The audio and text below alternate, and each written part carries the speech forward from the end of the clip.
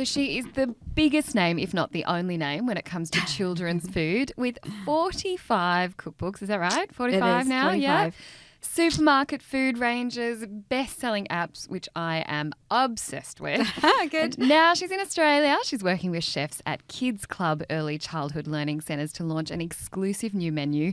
It is the super impressive Annabel Karmel. That's such a nice introduction. So nice to see you. All true and all completely mind-blowing. I was so excited when I heard you were coming out to Australia because, as I said, your app just saved me with my children. So I'm vegetarian, so I really struggled to work out, right food combinations for both my children. And your book, your first planning book, which I think is like Complete baby and toddler meal planner. Yeah, which is like, was it the second best-selling non-fiction book? Hardback book in the UK. Yeah. It's amazing. That's mind-blowing. Yeah. So I have one copy on top of my fridge and your app. Yeah. Now, you're out here working with the early childhood learning centres with Kids Club. And I was reading that nearly 70% of a child's daily nutritional intake comes from childcare. It's true. That does not surprise me because when my kid comes home and won't eat dinner, I think, well, you know what? At least I know they had an amazing meal at daycare. Hopefully. Well, I'm pretty sure they did. But why? You hear so often from parents that are like, oh, I picked my kid up from daycare and they ate beef goulash and rice. And it's like, I get them home and I can't get them to touch plain pasta. That is quite normal. What's going on there? So I experienced that yesterday. It was so interesting. We actually made this it's a new recipe of mine. It's like the latest it's a hot pizza.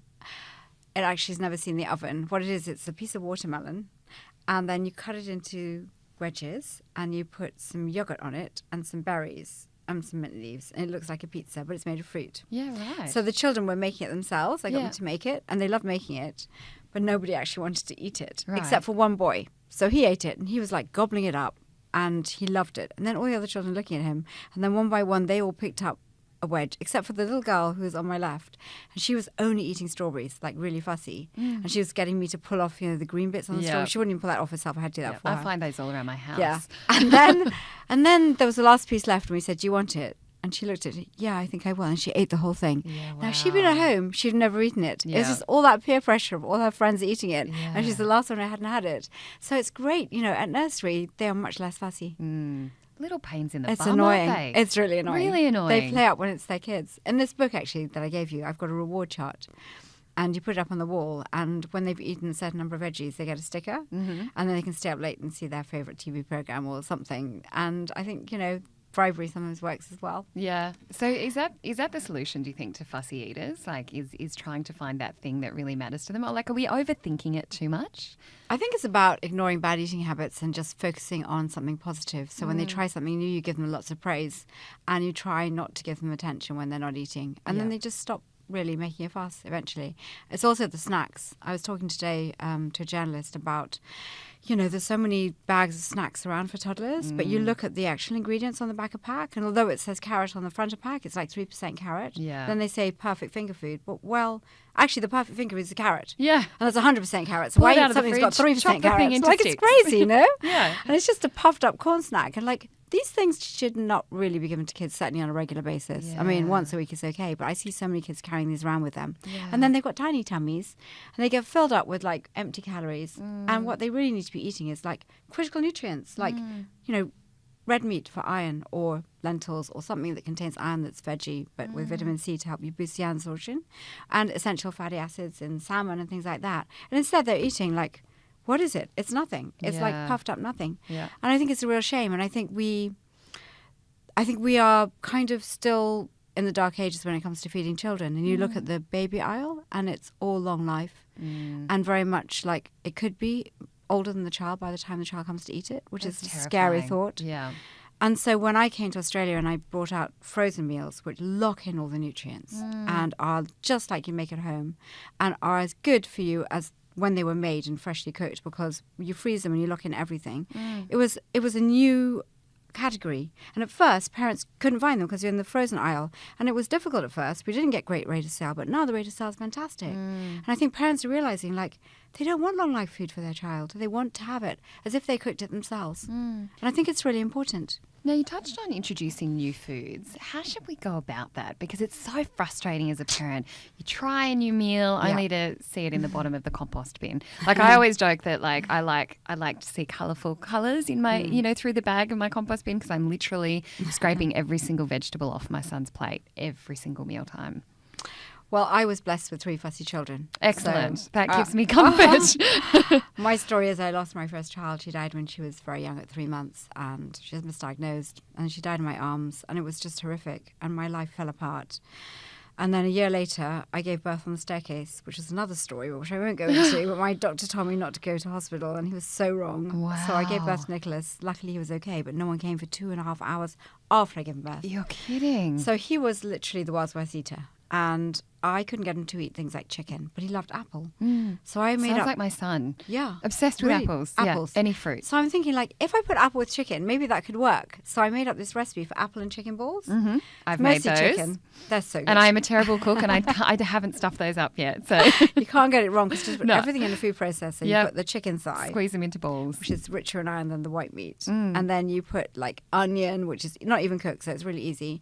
You put some breadcrumbs, a little bit of chicken stock, and then some fresh thyme and some grated apple. And you just whiz it up in the food processor. You put it into balls. You can bake it in the oven. And you can just freeze them. And my son loved them. And I've done a whole book with like little balls of food and finger food. It's a baby-led weaning cookbook.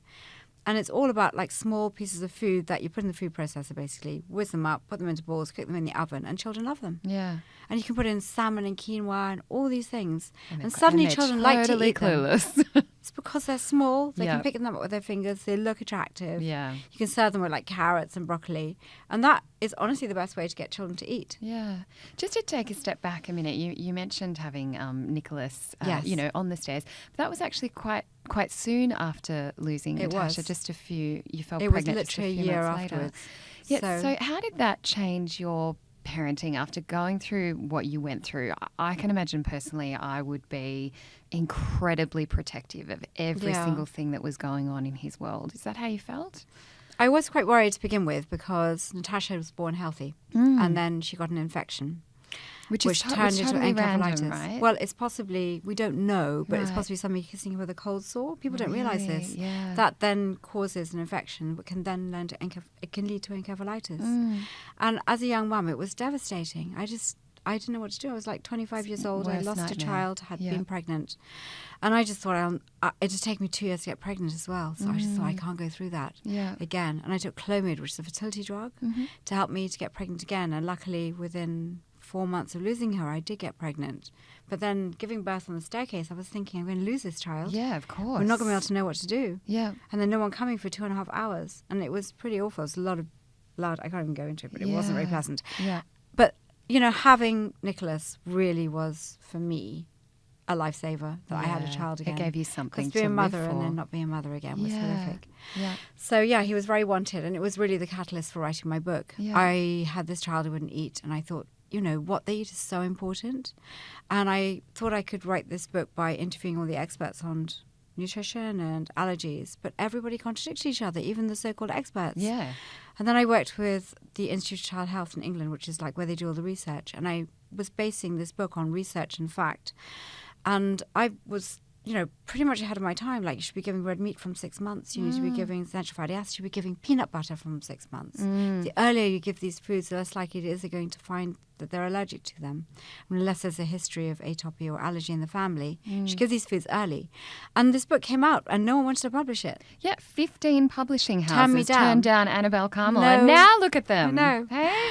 It was They're amazing. lost, right? Yeah, but it was worrying for me. Like, I'd spent so long and so hard working on this book, and I thought it would Yeah. never come out. But what determination to finally make it happen. And now I believed look in where it. you are. I believed in Yeah. it. But it wasn't published by a normal publisher. It's published by a book packager. Yeah. But later on, Random House bought that book back from the packager, and then I went to they work finally with realised Random their House. mistake, right?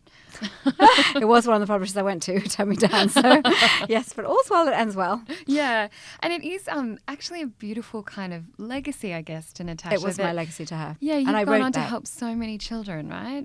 It was really written as my legacy and to help me get over the death of Natasha and to give something back, to make something good come from her short life. Otherwise, it was so hard to wrap my head around, like, why was she born and why was she taken away? Yeah. But she left a legacy that will outlive her and probably outlive me, because I think what you do for other people lives longer.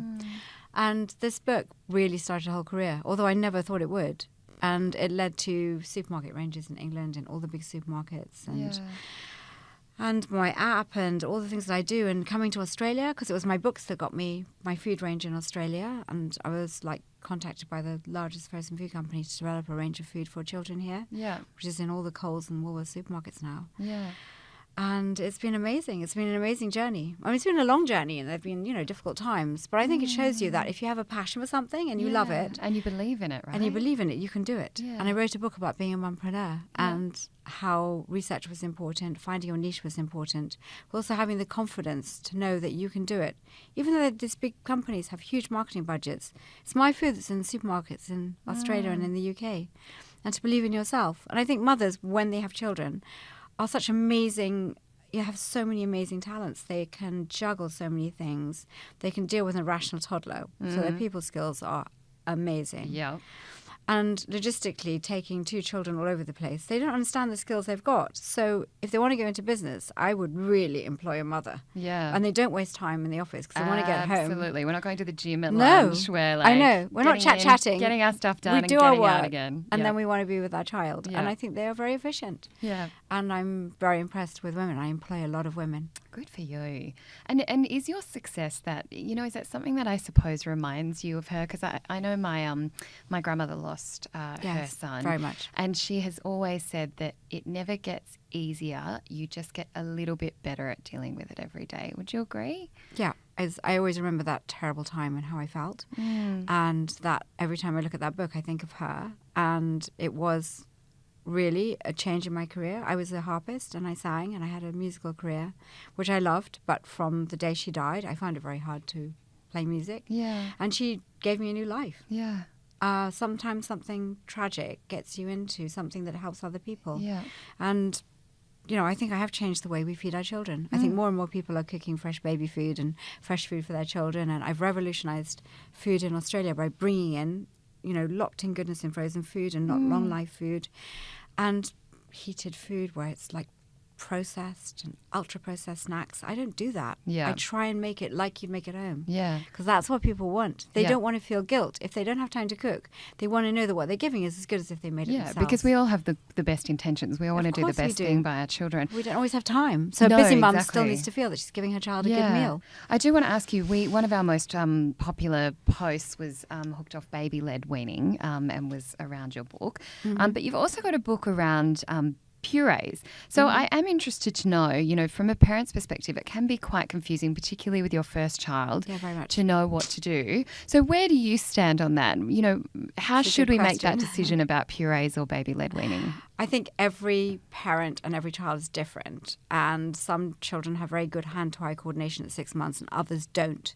And the thing is, at 6 months, they need to have iron and essential fatty acids. So if your child doesn't have good hand-to-eye coordination and at 6 months isn't eating a lot of foods with a baby-led weaning, you should definitely combine it with purees and finger food. And anyway, in all of my books, I've always done purees and finger food.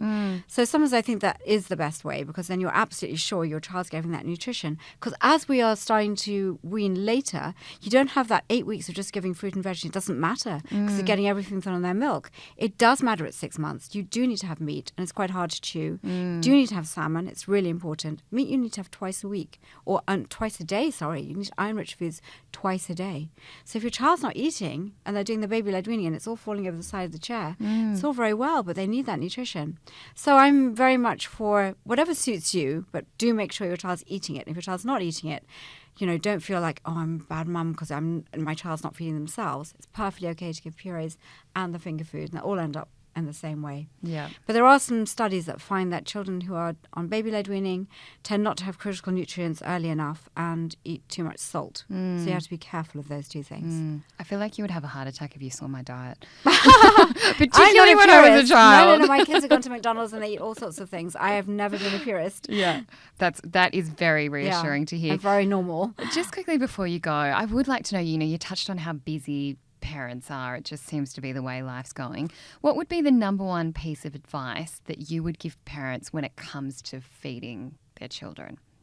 Cook fresh food if you can, and you can do it for the whole family. That book, Real Food Kids Will Love, which is my latest book, is all about cooking one meal that the whole family can eat together, but it has that special child appeal about it. And you have that good mum feeling when you cook yourself. So don't only rely on pouches or, do make meals for your family. It's important. It's part of being a mum. I'm not saying you have to do it every day, but there are things you can freeze ahead of time and make sure you are giving those critical nutrients like iron and essential fatty acids, because about 25% of children are deficient in iron. And it's not like chickenpox. You can't see it. Yeah. Your child will be more prone to infection, will be tired, won't concentrate as well. And I think you'd be surprised about, even if you've never cooked before and you just got married and you've had children and you just don't have the confidence you can cook, honestly, if you follow my recipes, you can't go wrong. No, believe me, I am the absolute worst cook on the face of the But you planet. can't go wrong with my and even I have managed to cook your recipes. They're easy. They're all easy, and they're all like ingredients you'd have in your kitchen. They're not weird special ingredients. Yeah. And I'm very much about busy mum, she can still cook. It's not out of the realms of possibility, and she will enjoy it. She'll enjoy seeing her family eat something she's made. It's important. And it's okay to go to McDonald's every now and And then. it's fine to go to McDonald's every now and again. My kids go there. It's normal. Yeah. I think if you make things forbidden fruit, they become all the more tempting. So, my kids will have chocolates and sweets and things in the cupboard, but they'll go for a salad because I make amazing salad dressings and that's what they want to eat. It's never been you can't eat that. It's there. They just don't want it. Yeah. So amazing to meet you. I just honestly, thank you. I think I am, you're responsible for the fact that my daughter actually touches any single food that I put in front of her. So I'm very, very grateful for everything that you've done for every parent around the country. To find out some more about Kids Club Early Childhood Learning Centres, make sure you head along to their website. Annabel Karmel, thanks for coming in. Thank you. Really enjoyed it.